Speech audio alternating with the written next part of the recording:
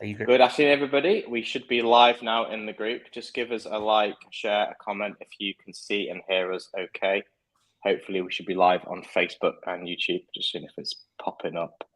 There we go. We are live. I can see us. It's a bit slow at the moment, this StreamYard software. I know it's been a bit behind the past few weeks. Just wait for some people Here to it just is. jump on. We are live. I just added There we go. notification. We're good. So today I'm joined by Luke, who is going to be chatting to me about brand building a business off of Amazon. So Luke is an Amazon seller as well, but we'll be chatting a bit about that as well. So he looks strange. You are? Hayden says you look a bit straight. You look strange. Yes, this is the new Natalie. Yeah. Ask him if he's had a look at his sales today. Do you know, it's funny the whole sales thing, because I know like the whole refresh thing. People go on the app, don't they? I'm sure you do it. The funny thing is, people think it gets easier as you get bigger. It gets worse because every time you refresh, things actually happen. Like if I refresh every couple of minutes, then there's actually sales there. So it's just like a complete addiction. It is like I started doing NFTs for a little while. It's so volatile. It's not my sort of scenario. It's not my sort of scene at all. It's very much like that because you're checking on the price of your NFTs every single hour, and it's like, what am I doing? There hasn't been any sales, and it's that mindset. You have to. It's like an addictive sort of thing, isn't it? It's almost. I find sometimes I go on my phone and without even consciously doing it, just go straight to Amazon and refresh the app. And I don't even register what I'm doing. I just do it sometimes. I need to delete that app. It's really bad. I think the only outcome is to delete the app. I have tried it. I lasted about a day because I was like, I need to know what my sales are. I tend to just really try to limit it to 3 times a day, but it's hard. It is. And honestly, you think it gets harder. The more sales you make, the harder it is because every time you refresh, there's actually a change. So it's just it's even worse because you're just hour by hour, minute by minute. And but then obviously that's just a massive waste of time because the sales are going to come whether you refresh the app or not. And actually, you're probably damaging your business by not spending time on the business. Exactly. Refreshing the app. I actually went out on Friday and I got quite drunk, and then Saturday I was dead, didn't pick up my phone or nothing. I looked at it at the next morning because I sell on the Amazon US. So I looked at it the next morning, then Sunday morning at 10 to 8 because it refreshes at 8, and I had my best ever day. I was like, maybe I need to stop looking. So I might just get drunk a lot more. Just become an alcoholic. I'm an alcoholic, but my sales are great. That's fine. That is the best thing, though, isn't it, about Amazon is that you can go, let's say, I'll go out on a few beers, and you're literally making money while you're drinking, rather than slaving away in a job somewhere that you potentially don't even like. That's the best thing. It makes me, now that I've been my own boss for 2.5 years now, so not that long, but I could never ever go and work for someone again. I do the occasional. My dad's got a construction business, so I do the occasional day for him if he's short. Just I think it's good to keep you grounded as well, stuff like that. Yeah.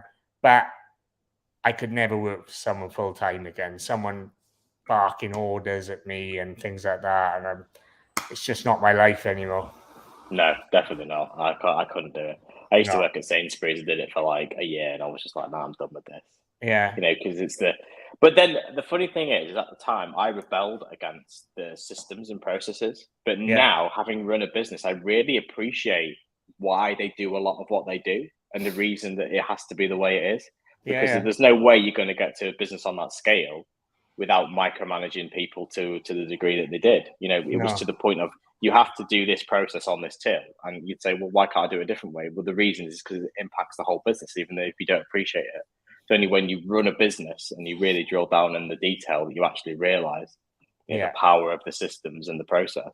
Right, that's a lot of the time. That's probably my one grievance with some of my VAs is they know the processes, and when they don't abide by it, and then that's when they make mistakes, is because they're not following the procedures that we've spent hours and hours and hours trying to implement. So that it's totally correct. That is. Yeah, definitely. Just give us a hello if you're on the call. There's a few people on. Just drop us I'm a just hello. going to set and send a link to the because there's a load of my friends that want to watch. Oh yeah, definitely send them a link and laugh at me. So what is it? Never mind the buy box. Is the it is yeah. Should be on either YouTube or Facebook. Yeah, I got it. There we are. Cool. So Hayden was in Edinburgh, I believe. Edinburgh's a lovely city. So yeah. I lived in Edinburgh for like 6 months when I was doing construction years and years ago. It's an amazing place. I lived in a place called Leith, which is like a dockside area. It's beautiful up there. So, but they have, I think it's 11 o'clock is the pub shutting out time, I believe. Is it? Yeah, it's 11 or 12 o'clock. It's like, I'm just getting into my own then, you know? Yeah, exactly. Yeah. Anything before 1 o'clock is well too early. Yeah, a couple of people on. Andre's joined us. Russell's joined us. Yvonne's joined us as well. Hello to you all. And then here comes the 100 of Luke's family to watch live.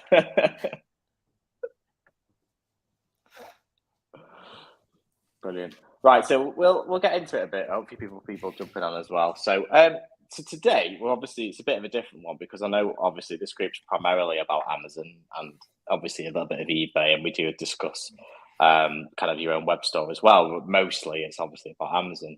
Now, Luke has done a really amazing thing in terms of he is an Amazon seller as well. We'll talk a bit about this as well, but he's moved off Amazon to a certain extent and has now launched his own thing on his own website.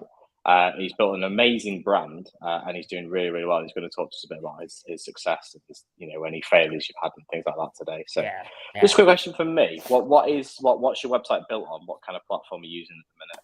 Shopify. You're using Shopify. Yeah, Shopify. Is there a reason you chose Shopify, or you just kind of?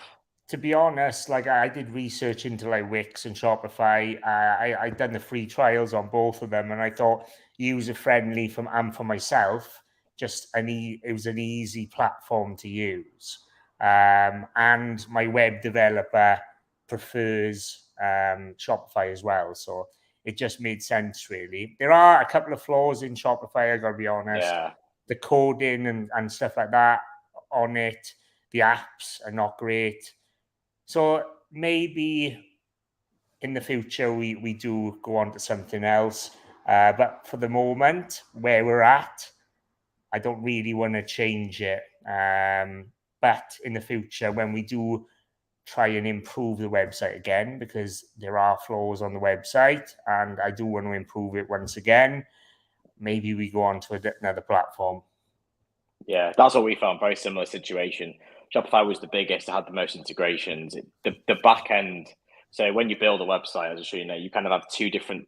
Because on Amazon you don't see this. On Amazon you see the back end, which is the Seller Central. Yeah. But obviously there's the other side, which is the front end, which is the Amazon website, which is what the customer sees. Yeah. So obviously on Amazon you only see the back end, you never see the front end. But on a website you kind of have two sides to the website. That you have the front end, which is how it looks to the customers, and the back end, which is kind of like all the products and the inventory, which is how it looks to the staff. Yeah. So the back end on Shopify is fantastic. I think it's the best in the business. But the front end is, as I would agree, is a little bit difficult to design compared to something like WordPress or, Wix. Certainly compared to Wix, it's a lot more difficult to kind of put it together, I would say. Yeah.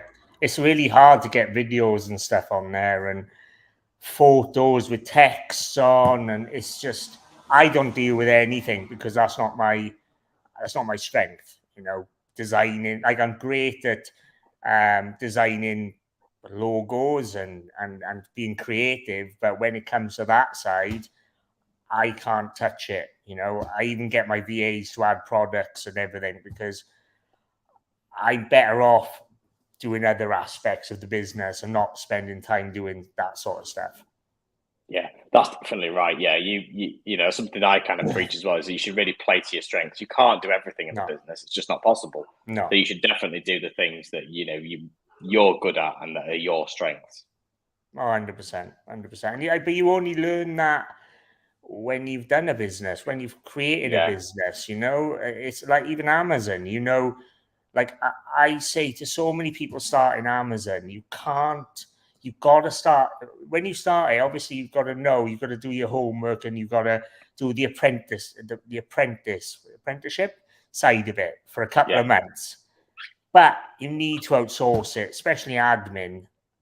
You've got to outsource that admin straight away.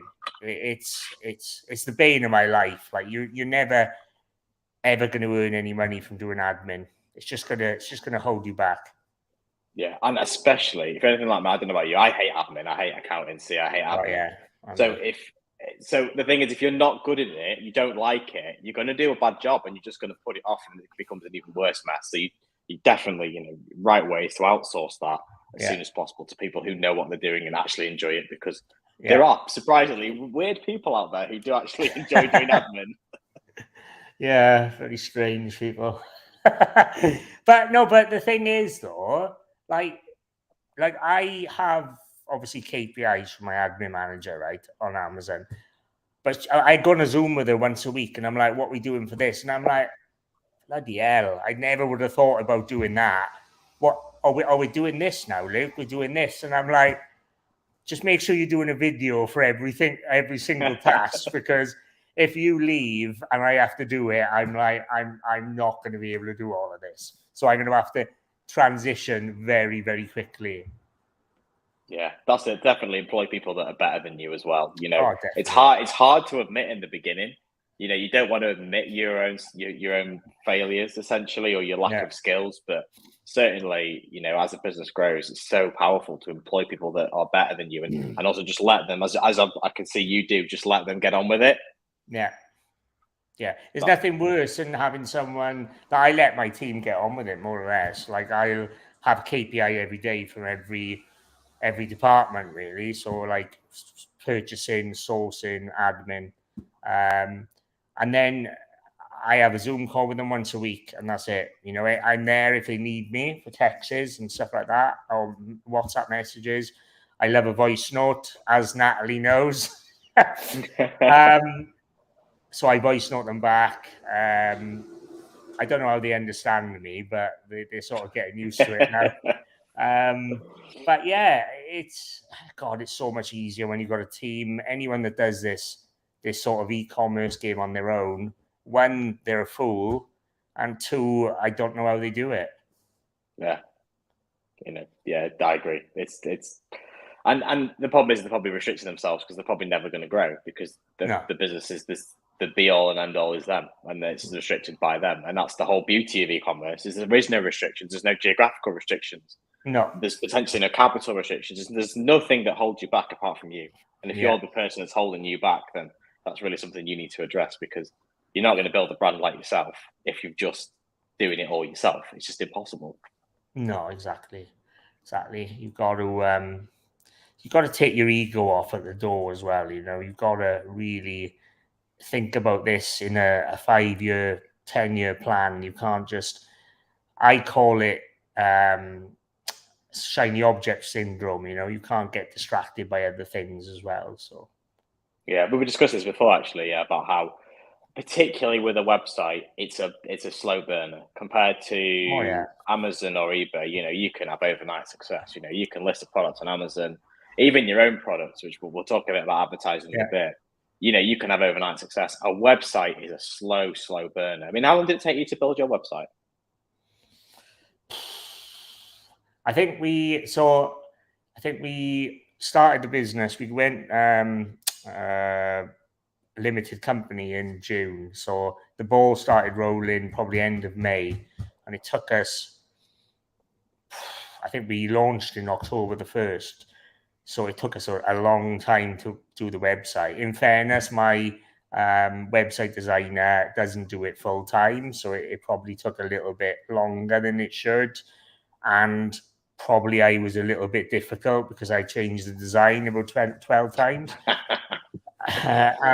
And bless him, I done a photo shoot the last week of August, so he had all that to do, all the products to list and everything in like a space of a week, which was a nightmare.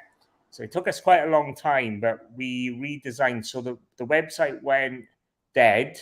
Like I pulled the plug on the website because I wanted to do a relaunch, which we'll talk about in a bit, because I was going sustainable aware to fully sustainable. So I just wanted to shut it down. I blacked out all the screen on my social media, and I just said, we will be back. And then I think we launched the start of last month in May.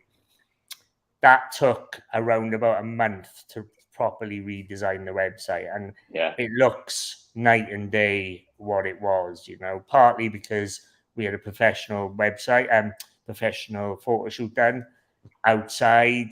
And we really took our time and really tried to implement the changes. And really, at the end of the day, a clothing website doesn't need to be this wow, amazing website with all these videos, and people just want to go on there. Here's the product, press buy and check out. They want an easy interface. So that's what we try to do. Not too complicated. I've done a few changes, like my website isn't genderized, so they're just products. So at the end of the day, who am I to say that someone can't wear leggings? A guy can't wear leggings. It's not up to me, really. So why am I putting these in genders? They're just products. If you want to go and buy them, you go and buy them. So yeah. That's a really powerful message, actually. That's definitely part of your brand. So before we get into the website, let's go back a bit to the beginning. So tell us about where you started. How did you get into I know because you started on Amazon, didn't you? How did you get into e-commerce? Did you have a job before that? What did you do? Where did it all begin? Okay, so sorry if I go here, there, everywhere. I have a habit of doing that.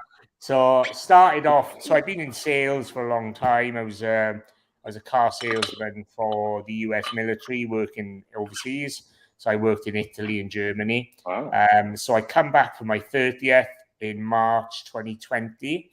And COVID hit, so I didn't go back. So I had all this money that I'd saved up from being a car salesman, because it is good money being a car salesman, and I had my accommodation paid for, so couldn't really spend it. So I had all this money, and I was like, right, what am I going to do? Should I get another job? And I was like, nah, I'm fed up with this now. I've got to just grow some balls and go for it, because I'm fed up about having someone go, Luke, will you do this? Will you do that? And I'm like, I'm 30 now. If I'm not going to do it now, I'm never going to do it. So I started to have a little look around. I was thinking of doing, because in my early life, I was a shop fitter and I was in construction. So I thought to myself about building a company doing these outhouses. So I already sourced someone in Scandinavia to ship over outhouses. So I was going to build a website and obviously design and fit outhouses in South Wales, because there weren't many people doing these certain type of outhouses, barns and offices and stuff like that. And then I was like, right, I'm probably going to need $100,000 to do this, maybe even 200 to buy 10 different types of ones. So I've got them there, so I'm going to keep shipping them over. And I've obviously got to get a lockup and everything, which is going to cost a lot of money. So I was like, right, I can't do that. It's just going to take all my money. So I was thinking of like maybe buying houses, doing them up and flipping them, but it's the wrong time to do it with COVID. Then I stumbled across Amazon. I stumbled across Amazon with private label. So I was on this, I think it's K9. I don't know if you ever heard of K9 University. It's this private label, two wacky American guys. They got them adverts like they're like that. Do you want to sell on Amazon? That sort of thing. So I was like, whoa, I never thought about it. But the funny thing is, my dad had a massive warehouse and used to sell on Amazon and eBay 15 years ago. Well, probably 20 years ago now. So I knew Amazon would work from that, but it never really came into my mind. But so I was like, I had a chat with them and they were like, right, it's like 10 grand for a course, and then it's going to cost you probably 10 grand for a product launch. And I was like, I'm not paying 20 grand for something that I don't even know if it will work. Then I stumbled across on Facebook ads this course by Josh Garrett, really good guy, and he was doing RA and OA, and it was a really good course for a beginner. And I done that, and then I just started going out and scanning things in Tesco and Argos, and I just started from there. I started it small, and then I think once I could see it selling, I think my first proper month, I think I ended up doing like 7,000 or 8,000 in sales, and I was like, I can actually build a proper business around this now. So I started taking it seriously. Then I employed an admin VA, and then a sourcing VA, and yeah, I think, and then I went VAT registered, and for me, Amazon, I'll always have an Amazon. People don't appreciate what they've got with Amazon. I know it's hard. I know it's hard. The trials and tribulations you get every single day with Amazon, the headaches, but it's the best platform in the world. Take it from me, who owns their own brand, you're very, very lucky to sell on Amazon and to earn a very good living off Amazon. So it'll always be my bread and butter. It'll always be the one thing that I can take my wage from. I can finance my other business with. I can do things that, I want to do. If I want to buy something, I'll buy it. Not through the business, but you know what I mean? Take money out and then buy it. That sort of thing. So, and now I'm selling on Amazon US as well. So it's just been an amazing probably 2 years starting my own business, and now I've got one 6-figure business with Amazon, another 6-figure business in the US that's going to be very soon, and Optimus. So I've sort of done quite a lot in a short space of time, really, but I've absolutely loved it.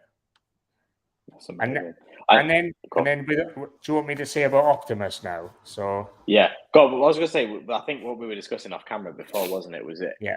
The beauty of Amazon is it's a springboard. I mean, Amazon is a great business, and I know Hayden said in the comments that it's an amazing business. It is an amazing business.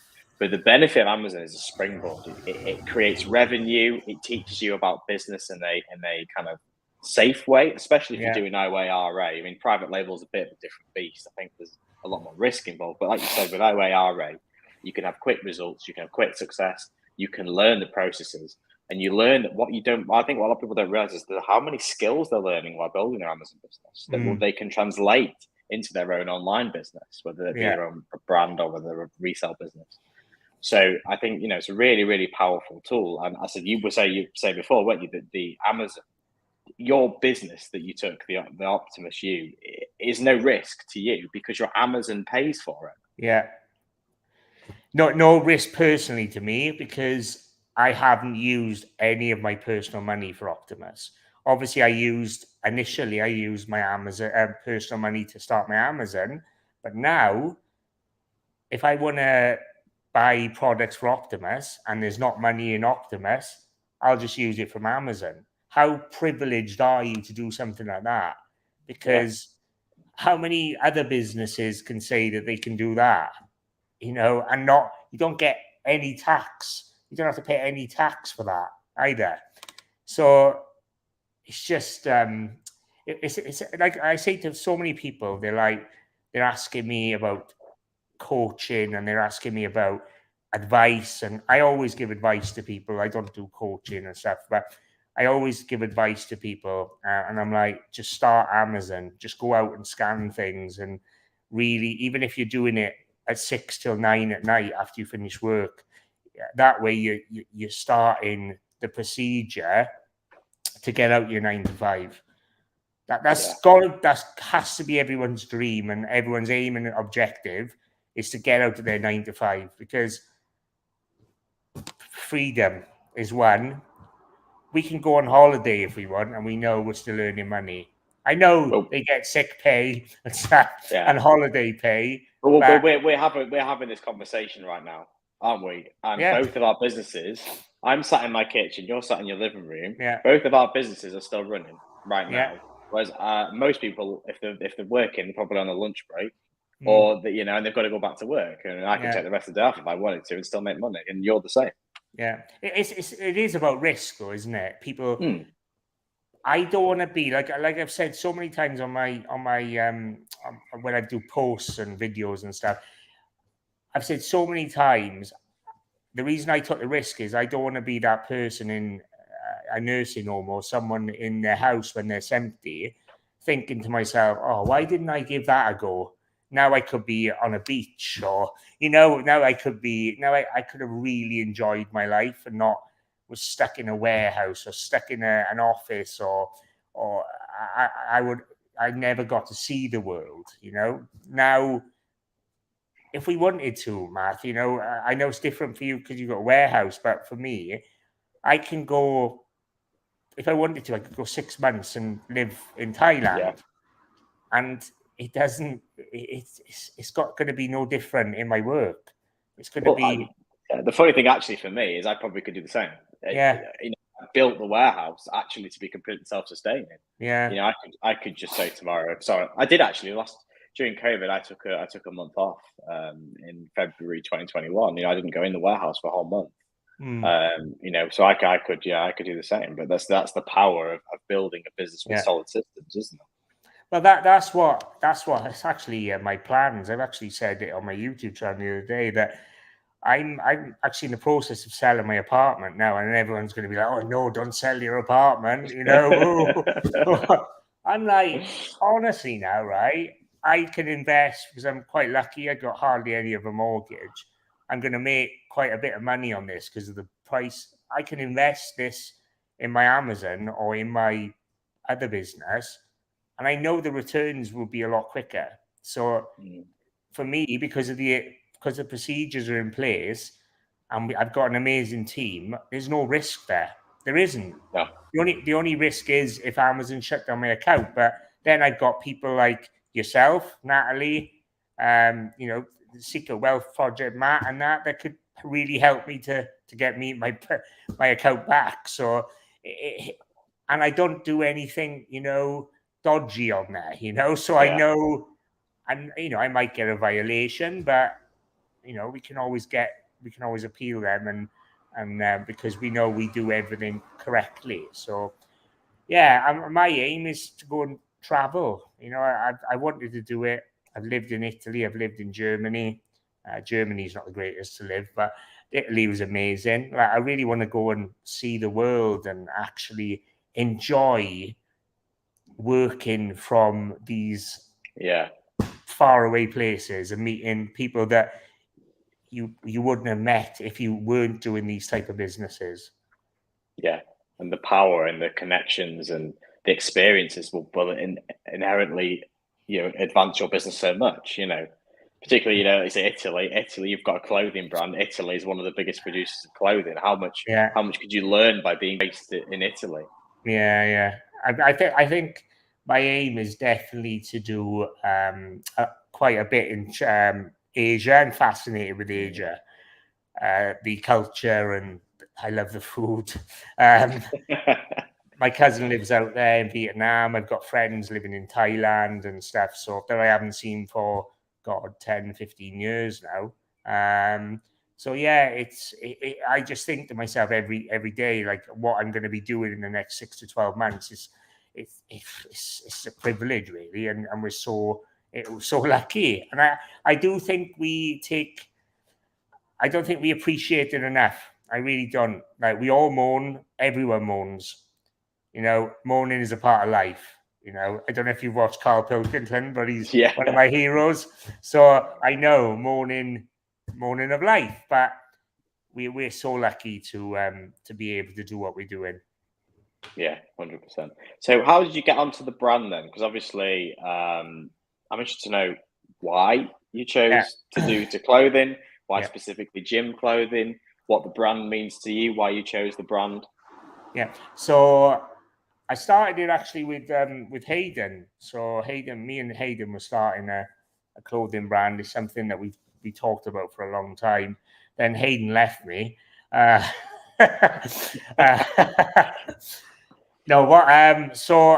I am always in gym clothes, right? So I love I do like going to the gym. I'm not the biggest of muscles and I'm not in the best of shapes, but I love you'll always see me in gym clothes. And I thought to myself one day, I was like, there isn't a brand out there that is for the 100% of people. It's not all these brands, your Gymshark. I wouldn't name too many because if this is on YouTube, I might get sued. But anyway, Gymsharks and people like that, they're all focused on, they're a little bit different now over the last 6 months, but the first 3 or 4 years, the 1%, but I wouldn't even say the 1%, it's the 0.1% of people. 99.9% of people don't look like their models. Don't look like what they're basically it looked like. It was just these models, big muscles, abs. There was nothing that was like bigger girls, bigger boys, trans. Nothing relatable, is there? Nothing relatable. So I was like, why should I invest my money into these brands when I don't believe in it? So then I started thinking to myself, right, I really like wearing gym clothes. What's one thing that is important to me is obviously equality. I'm a massive advocate for equality, like working conditions and things, and sustainable, because a lot of my clothing, apart from Optimus, are well-established, sustainable brands. They might not be all of them organic materials, but ethically they're good brands and they do the right thing. So then I started to come up with the name. So Optimus, obviously Optimus is the Latin word for best, because we want people to be the best versions of themselves. Come up with the logo, and then I just went for it then, because I started speaking to people and speaking about what I wanted to achieve and what the ethos around the brand was. And they were like, this is amazing. This is a breath of fresh air to what is out there at the moment. But I have noticed since, I'm not saying I was the catalyst, but I've noticed since I started doing it, a lot of the bigger brands are starting to be a little bit more mindful towards things like that now. But and then I obviously trying to find wholesalers, trying to find manufacturers, which is very hard because I wanted to do it internally in the UK. You can go to China. I really don't want to do that. That's against all of our principles. Found one in the UK. They weren't great, but they were fine to start. They're the sort of people that they probably, hopefully, if they're watching this.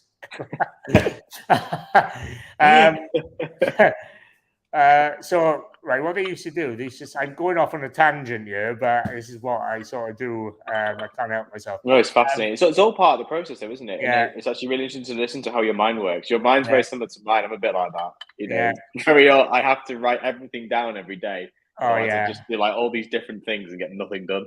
No, I know. So we started getting tester products in.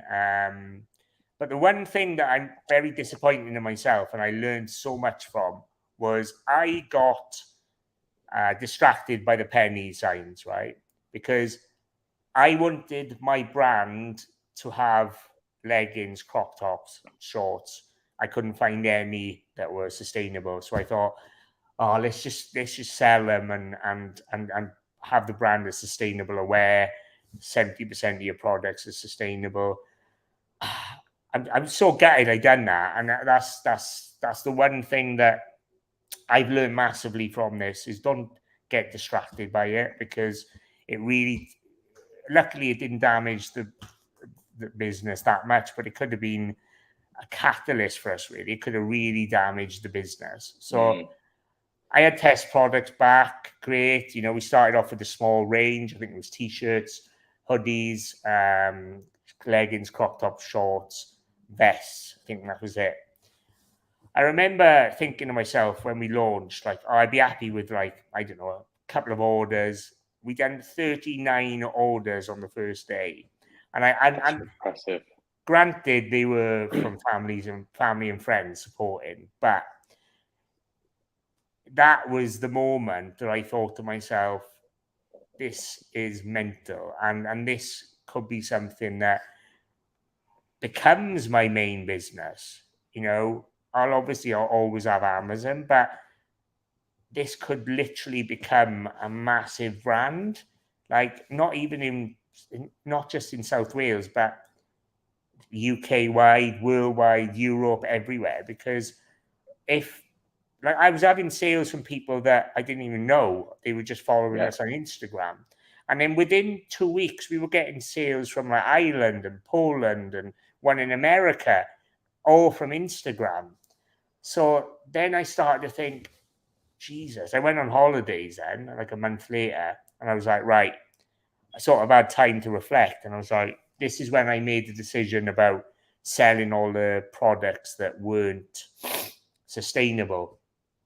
I sold them all, and then I've got a whole new line now, which I'm very proud to say that we're 100% sustainable. Even things like the mailing bags we use, compostable mailing bags. We use the labels are recycled labels. We use boxes that are recycled cardboard. I need to get a laptop that's recycled, but I'll find one at the moment. But yeah, it's been a mad ride, really has. But I'm so thankful I done it. And anyone that's watching this now, that's thinking about doing it, I just want to say like two things. That it's really hard, but it's really rewarding, because to see people that you don't know. I was in Cardiff the other day and I seen a guy walking past with my hat on. I didn't even know him. And I was like, what the fuck is that? I was like, whoa. You know, it's that must be amazing when you see someone with your product. Because I have my own website, but I don't have my own product. So obviously, the person sat next to me could have bought it from me, and I'd never know. Whereas you know, you can see real people wearing your brand. I mean, you know they exist because they've ordered from you, but to see them face to face. And I went over, like, because I had to literally run over to him and say, like, I can't believe I actually took a photo of him. I bet he was like, what the fuck? And he was like, but as soon as I went up to him, he sort of recognized me, because obviously I'm on my Instagram quite a lot, and that's where he had it from. But that was like, I always see people from the local area that I don't really know, that are like friends of friends, and you go to the local gym, and probably nearly every time you go in there now, someone's wearing your stuff. So yeah, there's no greater feeling than that. You know, I haven't had kids yet, but I should imagine that's more of a better feeling. This is your baby anyway, isn't it? Yeah, this is your real baby. This is my baby. But the dream is like, it's not to. That's just a part of it for me. It's the main thing for me is to build a community around the brand, because I know what it's like to not feel good enough to wear gym stuff. I had years, I've suffered with anxiety and everything, you know, and it took me so long to get to the stage of wearing gym stuff and feeling comfortable in it. And that's what we really want to try and help people gain confidence, really believe in the brand, and to feel when they've got our stuff on, to have what we believe in their head and think to themselves, I am good enough to wear this, whether I'm big or small, I'm whatever, you know. So that's really my passion, is to really try and help as many people as we can feel good enough to, even if it's to get up from the sofa and take the dog for a walk, or it's to go and smash a new PB in the gym whilst wearing our stuff. That's better than any. If this is £100 million business in 10 years' time, I would get more satisfaction from helping 100 people get off the sofa and take the dog for a walk because they're too scared to go outside.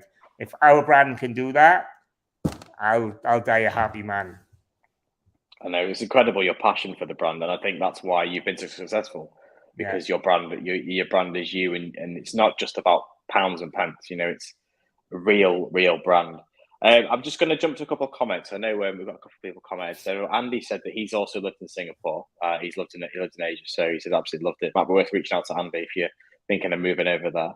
Yeah. A couple of people have asked about the brand as well. Now I'm going to drop a little. I'll say now anyway. Luke's got an exclusive discount for the group, so we'll post a link to his website and the discount code as well. He's going to release afterwards. So hold off any purchases until he's released a discount. Oh, I've got a really nice comment here as well from Hammond. I don't know Luke, but I've got to say, he sounds like a top bloke. Well done. I know, genuinely, yeah. That's the thing. You're a genuine bloke, and this is what I've really wanted this community to be: is genuine. You know, we are all genuine people, real people, running real businesses, and just trying to help each other get along. And you know, it's great to see. It doesn't, you know, at the end of the day, you've got to look at it this way. You know, I want everyone to win because there's enough space for it in the world for everyone to win. You know, there isn't like, oh, I'm gonna do one. You know, I'm gonna have one up on him because I want to beat his sales this month. That's a load of bollocks. Sorry, can I swear? That's a load of bull to me. You know, I'm one of them people, and I know you are, Matthew, and Natalie, Hayden, all the guys in the group. You know, everyone wants everyone to win, and that's how it should be. But not in this community, not everyone's like that, unfortunately. You know, I'm not saying in this group, but the Amazon community as a whole, it's eye-opening sometimes. It really is. Yeah, 100%. And I it's not just. I mean, I try and push that across to my organisation. You know, I want all my staff to do well. I want them to succeed because if they succeed, I succeed, and everyone succeeds together. You know, I don't want anyone to feel that they're not succeeding because I want everybody to be able to. This is we have a bit off topic. We have a bonus system, and it's really powerful because it's like everybody can. The more that they work and the harder they work, the more they make and the more they share in the profits. And that's a strong belief in my organisation: is that everybody rises everybody up together, and nobody should fall behind. Yeah, do you know what you saying that? It's funny. One of my purchasing manager. And she does a bit of sourcing as well. She's she's a bit of a jack of all trades. But anyway, she's like, I'd say she's more like my business manager now because she oversees quite a lot. And I've got a bonus structure with her, which is like over 20K a month, you get $200, 250. If you get 25, that's so, and so on and so forth. So I'm like, if I was you, don't worry about your hours now. Do everything you can to earn 100 grand in a month when you get £1,000. Like, it's bad for me because I got to give her £1,000, but you know, if it's not in a way because I'm giving her, everyone's winning together, aren't they? And if I can better her life by giving her £1,000 every single month on top of her wages. God, you know, can you imagine the difference in her life with that? Just from basically doing her job, but, you know, doing more than, you know, finding different deals, different niches, that sort of thing. So it's very powerful, actually, bonus structures. And anyone not doing bonus structures, have a little look at it because you really need to start doing it, especially in Amazon. Yeah, definitely. And also, one thing I'd say is be transparent and honest. You know, don't hide your figures from people, and just be open and say, look, this is the situation. This is how much we make. This is what the profit is, and this is your share of the profits. You know, you don't have to give away a huge share, but if you're giving away 20% of your profits, you're still making 80% of your profits. If they double your profits, you're well up on where you were, than being kind of cagey and shady, because then there's a distrust there because they think, oh, well, he's obviously just pulling millions. Because people, particularly I see online, see the millions coming into the account, but that doesn't represent the profit. That just represents the revenue. And most of that's going to go back out again. Then when you're honest and transparent with the figures, people actually appreciate where the business is and where the business is performing. I think newbies get distracted by that as well. I think newbies are looking at someone posting that they're doing 200 grand in a month, but they're working off a 2% profit. They're not seeing that, are they? They're like, all right, they're asking them, what can 200 grand a month do for you? but really you're making $4,000, you know, Yeah. after everything, which is fine, but it's not. I just don't want, like, and I used to get distracted by that, and it's that's why I always try and portray to people, especially when they're starting out. You have to, if you're looking at someone online, you really have to think about things like what they're outsourcing and all the fees and things like that before. It's all well and good doing 200 grand, but if you're doing 2% margins and you're doing $4,000, you know, is it really worth that headache? And the hassle and the time. The time is so important, you know. Oh. If you're putting all that time in and making $4,000, and you're probably looking and thinking realistically. Again, I'm not against people having jobs here, but you've got to work it out. You could be doing 200 grand a month, and then literally you could earn more money as a middle manager doing 9 to 5 days a week, and you could be working 7 days a week, 12-hour days to do 200 grand. Yeah, it's work smarter, not harder. Not harder. Yeah. So that's definitely on my wall somewhere. So talk to us a bit about your advertising strategy, because we were discussing this again off camera. I think when you launch your own website and you do your own adverts, like your own raw adverts, you've got to generate your own traffic. You realize the value in Amazon for certain. Oh, mate, we were speaking about it. Nobody moaned to me about PPC ever. If I see anyone moaning in the group about PPC, I'm going to kick off. I swear. Like, I've done unique bundles. I've done. I've created my own listings and stuff on Amazon. Within that day, you can start something with a small amount of money, 5%, a £5 penny PPC or something. That's brand focus. You can get a sale an hour later. Like with me, I want everyone to learn from this as well, because this is why I'm saying it. I'm quite embarrassed, not embarrassed, but it's quite. So basically, I went with an agency called Yell. Obviously, everyone knows Yell. Scumbags. So I started with Yell with Google Ads, right? And we set an amount aside for management fee and PPC, £888 a month. So that was my budget. Wouldn't go above that. It wouldn't be below that. It would always be 888. I've done it for 3 months with them. Guess how many sales I had? 5 or 6. 3.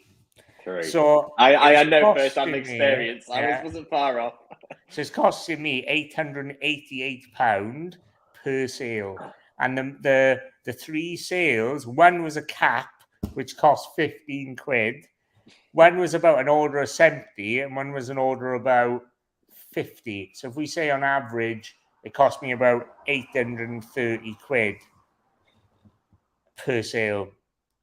And honest to God, I done my own ads on Facebook, just a 1-picture ad with a nice little tagline about sustainability.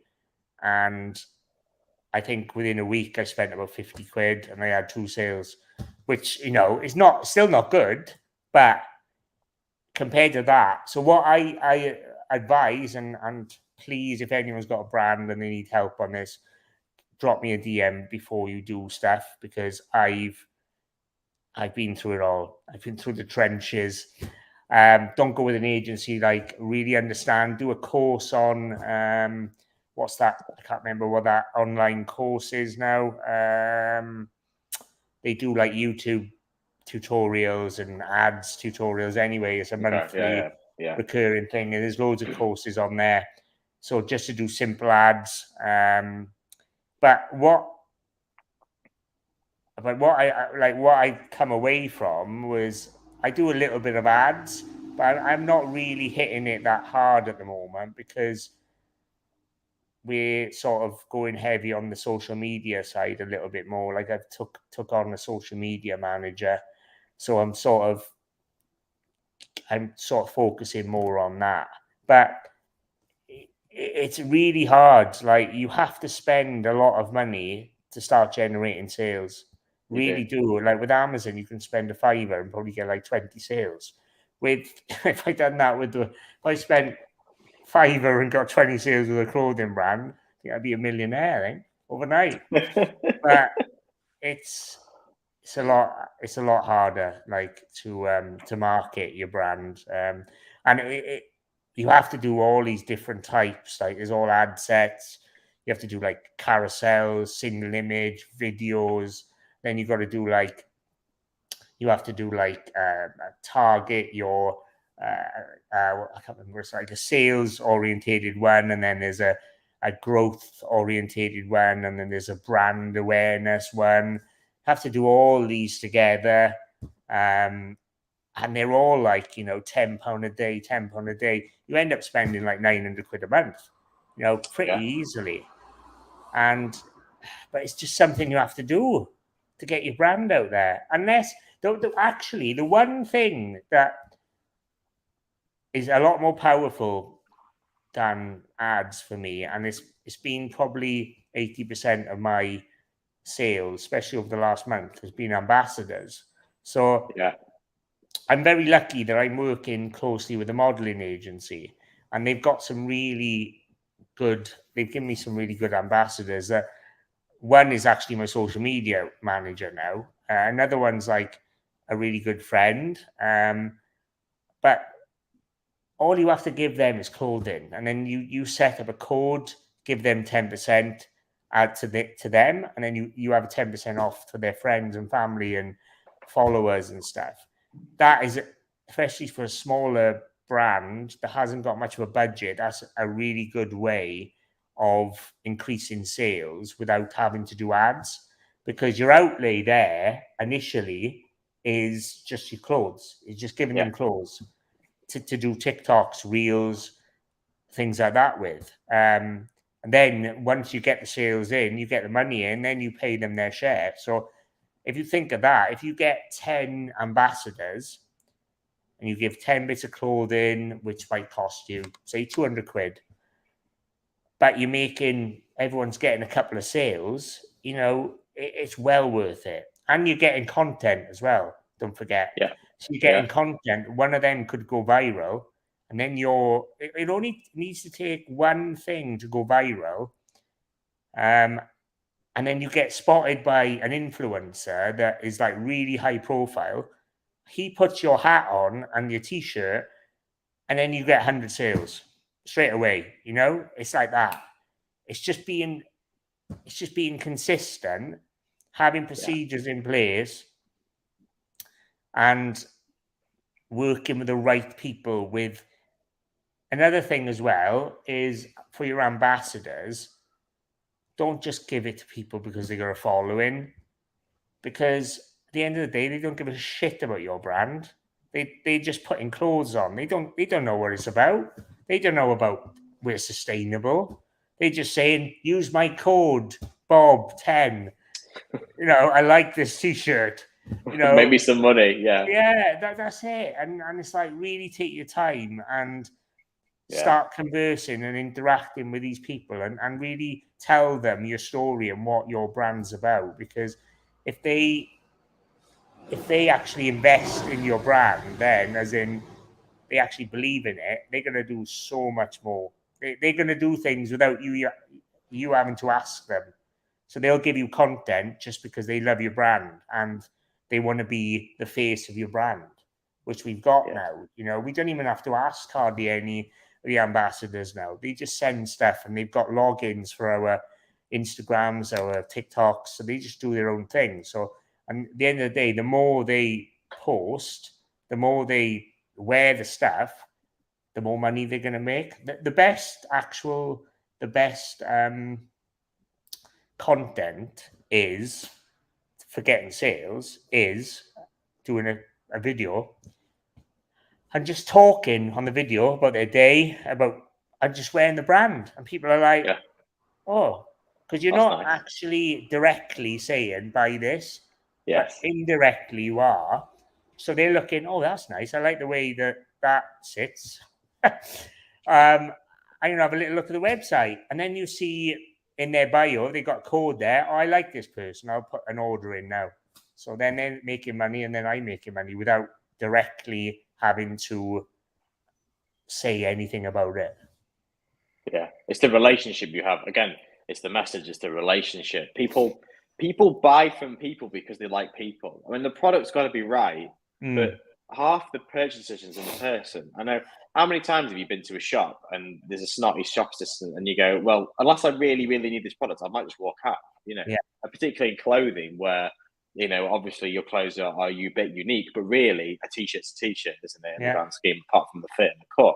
It's about that relationship with the customer and the brand. And that's what's really, really powerful. Definitely, people invest in you and your brand and your core values way above. Like if you look at Jim, I hate bringing Gymshark up, right? But their products, they're nothing special. They're made in China. I've got a few stuff from Gymshark that before Optimus, obviously, that I used to pay 30 quid for a t-shirt, and you pay 20 or 30 quid for shorts, and they're no different to your stuff in B&M or your stuff in Primark, but it's the way that they have marketed it, and it's their brand. People do invest because they like that. Is it Ben? I can't remember his name now. Yeah. Someone's just commented, people buy from Gymshark because they love the Gymshark story. Hayden said that, They love the story. They love him, and it's just, it's all about, it's storytelling and stuff in there, it's about building a story around your brand and not just being, there's so many brands out there. It's quite a cutthroat business, especially in the fitness one. There's so many popping up every day. Like I think since we've been in business, there's been like 3 or 4 even around my area that have come and gone since that. So it's very hard. And do you know what? I think I spoke to a young boy who's got a brand around here, and he hasn't got a website or nothing at the moment, but I said that one of the things I said to him, because I want him to win. I'm not one of them people who are like, oh, you're in my area, so you're a prick. You know what I mean? So get out of my area. Get out of my area. It's only Optimus here. I don't want that. I want everyone to win, because at the end of the day, he's not my competition because we're organic. He's more active wear. He's more performance-based. So I give him advice. I said, look, don't even expect to earn any money in the first 5 years. Look at it in a 5-10 year increments, Don't even stop being so short-sighted because and it's hard when you've had an Amazon business. You can make a 6-figure business in a few months. Don't understand how much harder it is to do this. You can make a 6-figure business on a website in about 2 months. If you've got £1 million spent on advertising, and you're prepared to spend £1 million on advertising. Exactly. I'm not. To be honest, Matt, I don't really want to do it. I really want to take my time doing it as well. Like, that's why I'm gone heavy. Like I can afford to go heavy on the advertisement, but I'm like, I really want to do it organically and start getting seen by people in the right way, going through social media and really working with people like Mind Charity, people like Plant a Tree, trying to build these relationships and get seen for doing good things as well. Not just doing an ad, 6 photos, 20% off. If I'm going to do, next time I do ads, I'm doing this. We're actually in the process of doing a video now. And I've spent probably 6 months trying to plan this video out because I want it to be amazing. I want it to be like something that someone's never done. So I'm trying to come up with it now. I think the next time I start doing ads will be for that video because I don't think we need it. We haven't got enough stock to go really heavy because if we start going heavy for a few weeks and it goes really well, we might be out of stock, So I just think stop running. People are so fixated with running before they can walk. And I do think it's embracing it as well. And it's being in the moment with this sort of brand. It's like really appreciating every single thing that you're doing with it. And if you go through too fast, I think you sort of, you don't get to appreciate that then. People get so focused on the destination they forget to enjoy the journey, don't they? Exactly, mate. Exactly. And it's only when you look back and you realise and you think, oh, I wish I'd spent more time doing that. I was going to say, the way you're building it will give your brand more value, because I've learned there's kind of like three ways to get sales on a website. Either you need to be the cheapest price, which is just a losing formula because you're always going to lose margin. You need to have supply of something that nobody else can get, or you need to have a brand that people really resonate with. And that's obviously what you're doing. And taking your time, being genuine in your messaging and what you're doing and your sourcing is going to give your brand so much more value long term. Yeah, I think my friends text me sometimes and send me pictures of products that are cheap. And they're like, oh, I'm like, I wind them up, some of them. I'm like, when are you going to fucking buy some more stuff? Like, winding them up. And they're like, oh, I've just bought these hoodies for like 16 quid. Why don't you do them cheaper? And I'm like, I've got no ambition to be the cheapest. Like, you are devaluing yourself so much as a brand, because once you bring them prices down, very hard to get back up. And then you're just not earning any money. And that's when you have to shut the business down. And then fundamentally, your dreams are shattered and just from bringing down them prices. Like, small incremental changes are great, little, like, I'll probably bring the prices down on a couple of products that are not selling very well, but I would not want to bring them down. I only brought the stuff down, the non-sustainable stuff, down rock bottom because I just needed to get rid of them. Yeah. I needed to get rid of them, and that was that. Now that I know all these products are ethically made, they're sustainable, they're organic, I would never bring them down to a level that is devaluing them as products, and obviously devaluing the brand then. And you can also not just damage your margins, but you can slow your sales, because we found this on eBay particularly. If you do too many discounts, people will just go, oh well, it's 20% off this week, but it'll probably be another 20% off next week. We'll just wait till next week, and they never pull the trigger and they never make the sale. So if you do ever do a sale, it should be a genuine sale. We are clearing this product and it's this price, and it will never be here again. Because if you just run fruitless sales, people will just go, oh well, it's probably cheaper next week anyway. And you'll never get, and you actually damage both your sales and your margins. Yeah, I've said to the team of ambassadors, I said, I don't think I'm going to be doing any discounts. I'm doing one for the group, obviously, but this is just an internal thing, isn't it? But for the pub, but it's a genuine discount. It's a genuine discount. You're doing this discount because you're part of this group and everything, and that's a genuine discount. It's not going to be cheaper next week because you're going to have a sale on. Exactly. But like I said to the team, I said I'd rather have just your discount codes 10% off. You're earning money then, and then they can buy more stuff because they're earning. Because a lot of the time they get their money in. So say if they earn 50 quid a month, they'll just buy some products because they want more content. So everyone wins then, don't they? I win, they win, the customer wins because they're having 10% off. It should great model. Everybody wins, Yeah, everyone wins. The problem when you're spending money on adverts is that the only people that win is Google and Yelp.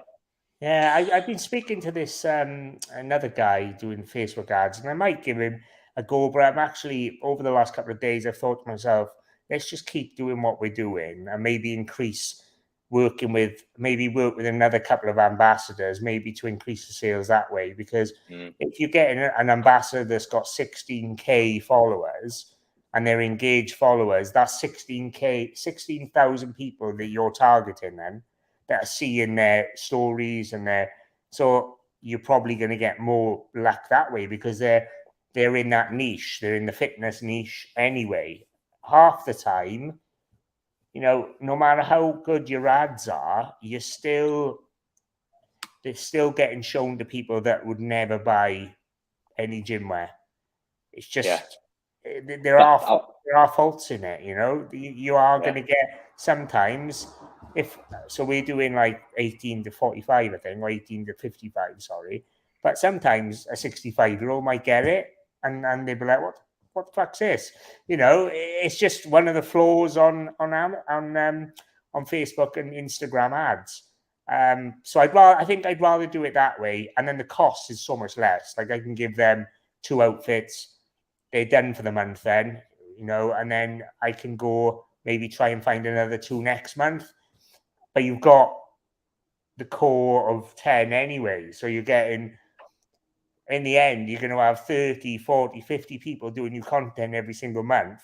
How many thousands of people are you getting then? So I would love to be the brand that's like, we've done this without Facebook and really relying on Facebook and Instagram ads to get where we are.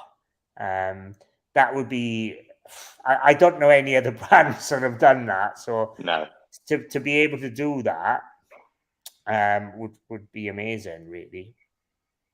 I think you've got to know where your customers are, aren't you? Because obviously, I think one thing you learned clearly is that your customers weren't on wherever the other advertising agency was placing their ads, and your customers are finding you on social media. See, for us, it's actually the polar opposite. Our customers are finding us through Google, whereas and we had very lot of success with the social media. So it depends very much on your brand, but that's really, really important, is to learn where your customers are. And I don't want to badmouth ad agencies, because I think there are good ones, but the advertising strategy needs to come from you as a business, and they need to run your campaigns, not the other way around. The strategy should not come from an advert agency, because they don't know your brand, they don't know your story, they don't know your customers. You know your customers, you know your brand. Yeah. And you know who you want to sell to. They'll just put adverts out and make money on them, because they're just getting paid whether your adverts make money or not. Yeah, they don't really care, really, do they? But what we've started doing as well is we're going to hit TikTok a lot harder, because TikTok has actually got a marketplace now. I don't know if you knew that. Yeah, I do. So I've just started with TikTok Shop, and we're going to really try and. Amazing thing with TikTok Shop is that you can actually contact creators through that. So you can say, I put on my my TikTok Shop that I will give anyone 15% commission on a sale. So you can send an invite. So you can look for people on TikTok that align with your brand. You can send them an actual invite on there. They can accept or reject. And if they accept, they send a message on WhatsApp to your number to say, hi, this is Jeannie. I've accepted your invitation. Can you send me some products to this address? And I'll start doing use from TikTok. So that's what we're going to start focusing on as well, because I'd much rather, at the end of the day, you've got to look at it like this as well. You're giving products out, and they're getting used. So that's more people wearing your stuff. So, you know, it might cost you 30 quid a time or 40 quid a time, but they're going to wear them, and not just when they're advertising for you. If they're in the gym and they're taking a photo, or they're doing, sorry, do you hear that? If they're in the gym and they're taking a photo, or they're having a reel, or they're doing bench press and they got your t-shirt on, that's another way of it getting seen. So it's really not just on the screen, but in the gym itself. Yeah, there's been a few times, I don't know about yourself, I've been out and about and I've gone, oh, that guy's got a nice pair of shoes or something, or you think, oh, I could do with a pair, or in a cafe or something. Yeah. And there's that opportunity to market to somebody who may never even see you on social media. Yeah, no, it's totally true. I just think TikTok for our brand, and it's something I neglected for a long time. Well, not a long time, but started doing it. But I felt like a right div doing it myself, because I was doing the videos myself. But now I've got all these ambassadors and social media manager. They're doing it for me, and I just think we've got the perfect brand for TikTok. And I really do think we could one day we could blow up on there, which would be great. Another one of my focuses as well is trying to get it into gyms, or maybe personal training gyms. We've got one at the moment in Talbot, which is about 5 minutes from me. So they're it's called KCM Fitness. They're an online and gym, personal training, one-to-one for women, of all sizes. So what we've done, we've got a rail there with a load of products, but we're not actually selling them there. They've got their own codes, and then they can get it delivered to their house the next day.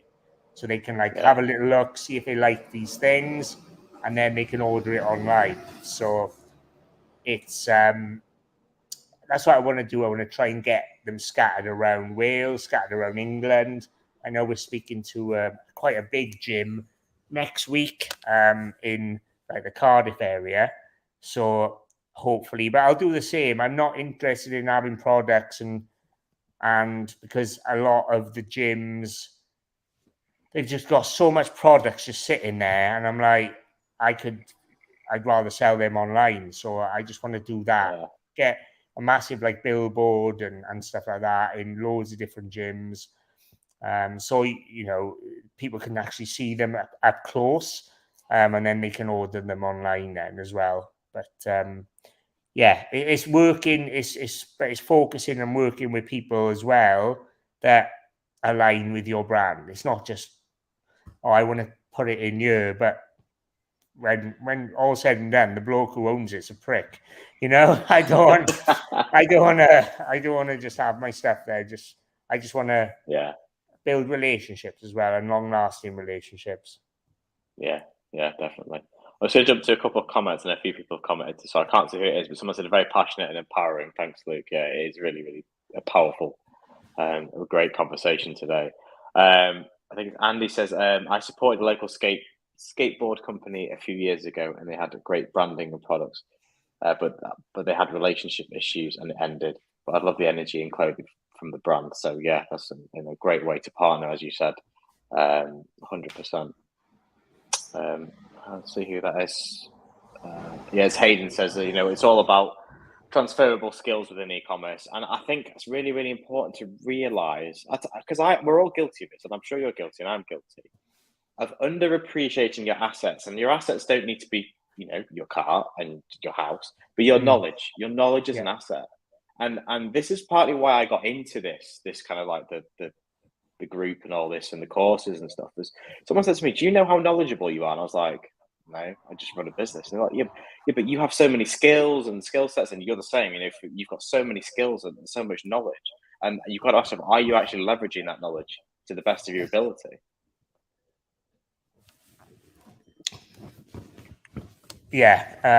I'm sort of people actually I think I do sort of devalue myself sometimes. When you're in this sort of business in this game, you sort of don't realize how sort of knowledgeable you are. It's only when you speak to complete newbies is when you realize, Jesus, I actually know a lot.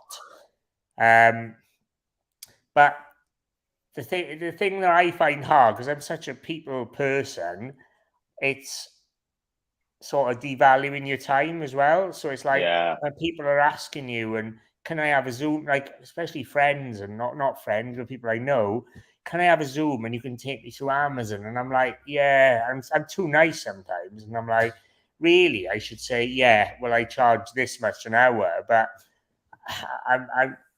it's really hard, especially when you know someone. Yeah, to do that sort of thing. Yeah, but you have to, because your time. So I said, someone say the time is the only thing you cannot get more of. You can get more money, you can get more systems, you can get more warehouses, you can get more product. You can never get more time, and nobody can get more time. Doesn't matter who you are, you can't get more time, and you can't get your time back. So that's what I always say about risk as well. People are so worried about losing their money, and it's understandably, but only risk the money that you can afford to risk. Don't ever put yourself in a situation where you can't pay your mortgage, or you can't put food on the plate. And if you're not risking that money, you can always, at the end of the day, you can always get money back. You can always earn money back. I've lost money. I lost money on crypto and NFTs. I'm not worried about it, because I only risk the money that I can afford to risk. I can always get that back, even though I won't go in anywhere near crypto and NFTs anymore. But I can always earn that money back doing other things. So It's so I always tell people that, because when you're starting a business, and I was the same, like I was going to put 20K into it, and I was so worried about doing that. But now, you can spend 20K in a day now. Yeah. And it's like, Yeah. I think now he's sort of numb to it. It's like, oh, there we are. I got like a face recognition thing for my banking app. So I'm like, yeah, whatever. It's just face recognition. And that's it, It's mad how your sort of mindset and yourself changes over time by doing these sort of businesses. Yeah, I couldn't agree more. What seemed like a huge amount of money. And again, it's always a relative perspective, isn't it? What seems like a massive amount of money to you probably isn't to me and someone else. And someone's doing 8 figures is probably what I spend in stock in a year is what they spend in one order. So it's all relative, isn't it? Yeah, it is. It is. But the first time you do it, you shit yourself, don't you? Yeah, you do. First time. Yeah. I remember my first wholesale order was like, do you know what? Right, we had this one. I remember being Hayden. We had this one wholesaler, which I won't name. Actually, I won't name it, but I never bought anything. And it was a minimum order of 2.5 grand, and it took us about 2 weeks to find enough deals to get an order in. And even we didn't put the order in because we were like, oh, these are shit. Do you know what I mean? We were just buying for the sake of it. And then I think my first big order was like 4 grand, and I was like, "Oh my god!" I didn't put another order in for like a week or something after that. But it is scary. But once you get over them, once you do like bigger orders, it just become numb to it. Like the replens are massive. I think people don't focus on replens enough. I think they're always trying to find new deals all the time. Like every single week, we will do like 2 days of just purely buying replens, because sometimes you don't need to go and find new products all the time when you've got absolutely amazing products already where you could be buying more of. Yeah. And if you think about it again from a profit, you're making more profit because you're not having to spend either your time or paying somebody else to source that product for you. So it's more profitable. Like you say about I'm like I started with RA. You love RA, I love RA. I just don't really have time to do it anymore because of Optimus. But if I'm ever in Tesco's, I'm always scanning Lego and stuff. I'm like, because I want to see, because it's all stuff that I've sold before. I want to see if it's still profitable. It's probably not anymore, but it's very, very addictive, I think, RA. But you certainly do it the right way, by, like you said, not scanning things all the time, and what you're going to buy. It's about pre-planning, isn't it? Doing that groundwork first, and then when you get into a shop, you're like bang, bang, bang, out. Yeah, 100%. I mean, yesterday was the one I put on yesterday was unintended, so I didn't know. But when I went up to Scotland, I knew exactly what I was getting. Like I literally had a list of what was in what shop. I knew exactly what I was getting. I planned my trip out. I knew exactly what I was going to get. I was right. There was only one item I didn't get off my list because it wasn't there. That's it. Everything else was there. So it's about planning. And I don't scan. I never scan anything because I don't need to scan because all the research is done in advance. Yeah. What is your? I'm asking you a question now, but what is your best excuse when a manager or a member of staff comes up to you? I'm just honest, to be honest, most of the time. Just like a cheeky smile. Yeah, I'm reselling them. That's what I say. Yeah. Yeah. I mean, the idea obviously is to not engage in conversation unless it's going to be fruitful. And experience will teach you. This is only can be learned from experience, depending on your area. Some places are more receptive than others. And you'll go into a place and they'll spot you as a reseller and they'll go, come in the back, I've got a load more, or they'll bring you a pallet out. Other places will look at you and say, you can't buy them. But the places that say you can't buy them, you just don't go to. You go somewhere else. It's wasting your time anyway, because it's just going to be difficult with you. And it doesn't matter what store you do in terms of what company. There's always going to be people who don't like what you do, whether that's because they can't do it themselves and they want to do it themselves, or they're jealous, or they just think they're not allowed to do it, and they're scared of losing the job. It just is what it is, and those places you just avoid because it's a waste of your time. 100%. It's pretty. I used to sell quite a lot of Lego, right? I don't sell it anymore, so I don't really care. So I used to buy this one specific Lego. I won't say what it is, but let's say it's Batman Lego. No, it's Bat. I was going around and getting specific players. I must have been picking up 25, 30 of these Legos. That is so hard. And you got a trolley full of them, and that's it. That's all you got. And the amount of times I used to say, I was doing a raffle, something, the amount of times I was saying that. But I do agree. Half the time I would just say, I'm just reselling. I just laugh and just move quickly. Yeah. Before they have time to think, and they think, oh, is this allowed? It's the way you always yourself scan. You scan, you pay, you get out quick. You just get in and out. Yeah. Don't engage in conversation unless you know it's going to be positive. Exactly. Yeah. Got a couple of comments. I think it's Andre said he's also in Port Talbot, so Cardiff meetup. Who is it? I think it was Andre said that. Sorry, the names aren't popping up on the chat. Cool. So yeah, maybe reach out to Luke afterwards if you want to meet up for a coffee or something. I'll meet him on Abravan Beach. And Pardeep's asked, I don't know if it's directed at me or you. It says, do you travel in a van? So if it's me, sometimes depends what I'm getting. I haven't got a van.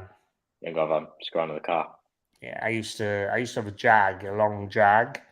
An XF, and I used to film some of the days I used to go RA. I literally couldn't see out my windows. Right, it was just full of toys. And I live on a first bedroom flat, right? So I used to literally get 60 by 60 boxes from my bedroom or my spare room, fill it up with the toys, take it to the bedroom, then empty it all, get the rest of it, take it to the bedroom. It's what you do. Yeah. It's all about hustling. This is hustling. Yeah. I mean, I've never actually done this, but there's no reason why you couldn't on your RA trip. If you're going away for a couple of days, take a printer, take some labels, take some boxes.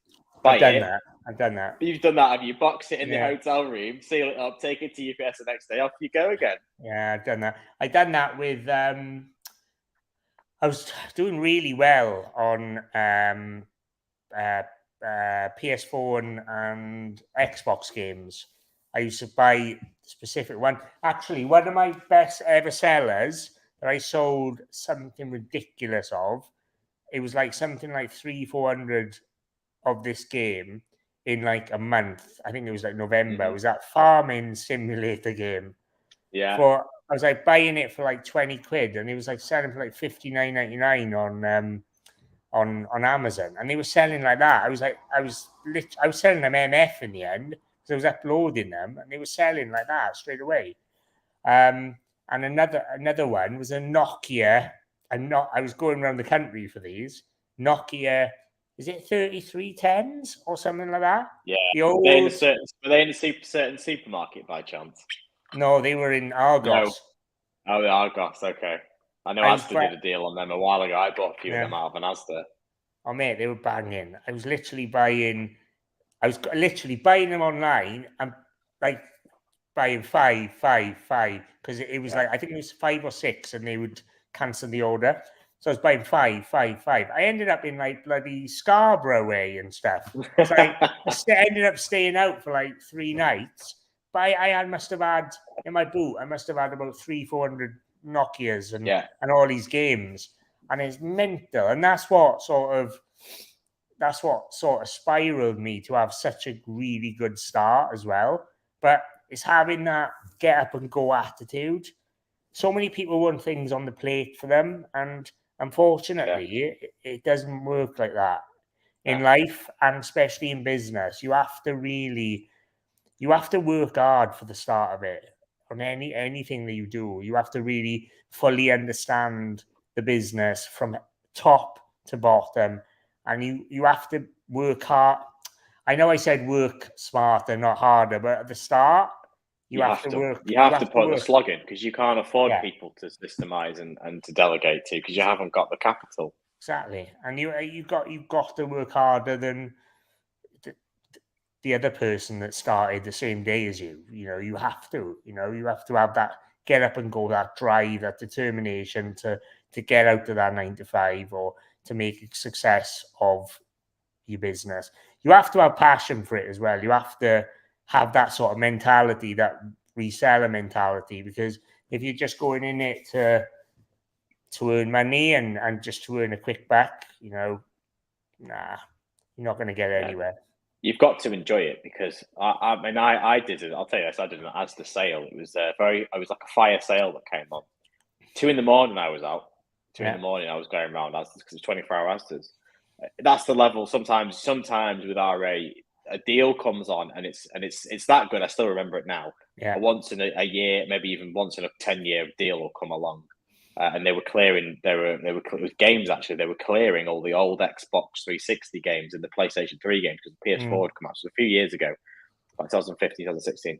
And I walked into a store and I filled the trolley with video games because they were reduced to a $5. And it was that good that I did 6 a.m. till 2 a.m. at night when I couldn't do any more. And I was like, I physically can't do any more. And I was back at it the next morning.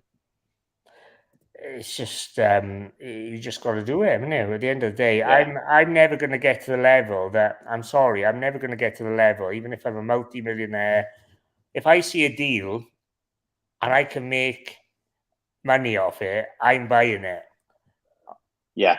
I remember 2021, May or April 2021, there was a deal in, I won't say what store it is, but it was a store selling fire pits. And there was this specific one. Every time I buy one and list it as an MF, it would sell. So for 3 weeks solid, I was going around the country in my Jags. I didn't have a van. In my Jag, in fire pits, I could only fit like 8 in the Jag. So I was buying fire pits, selling them, had my label printer. That obviously it goes into your car, so you don't need to. I was printing a label, taking it to the Hermes or post office, sending it. Right, I've got room for another one now. Let's go and get another one. You're buying them for $89.99 and selling them for $329.99, by the way. Yeah. What's that profit wise? That's got to be 150 quid profit minimum. Each one, yeah. You know, so it's worth doing it. Even if you're selling 2 a day then, and you're paying 50, 60 quid for a hotel, say 80, you're still making a hell of a wage, and you're like going around the country. You know, it's I love that sort of thing. I do love all that sort of reselling sort of vibe, really. Yeah, it's amazing. It's amazing. I know Hayden just put in the chat.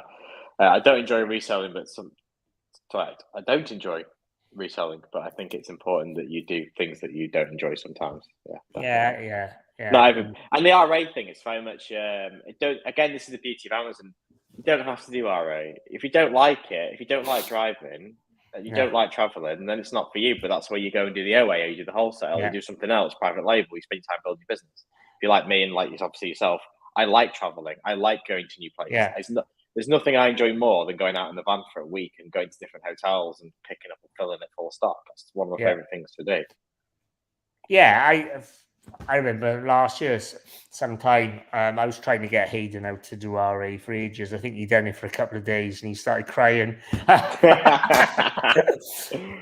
no, it's I know if shit hits the fan, right, and my sales really dry up from OA, I know I can go out in the car and I can find 5 to 10 products that I can buy and replan and go for a tour, and my sales will go back up. Yeah. But it's having that sort of nous on where to look and what time of year.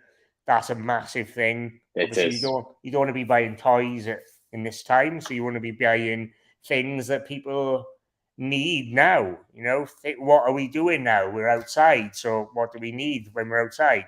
that sort of thing. It's having that, you know, if you're in March, what do people do in March?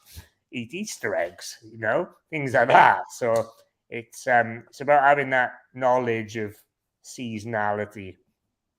Yeah, 100%. Hayden says he's going to get out and do a week's worth of RA. Yeah.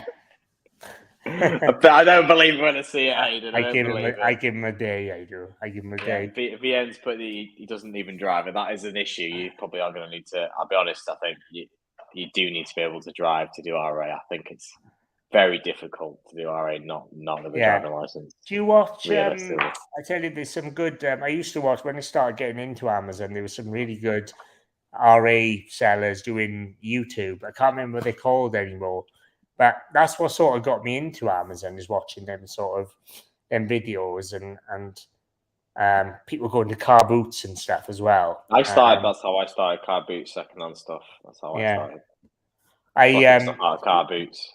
One of my favorite shows to watch is Porn Stars from. Have you ever seen that? It's too fake though. I haven't watched that. I just find it so fake because you know it's all staged.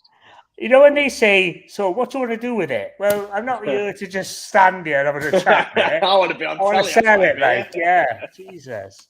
But no, it's. I think it's that sort of mentality and stuff. But yeah, brilliant.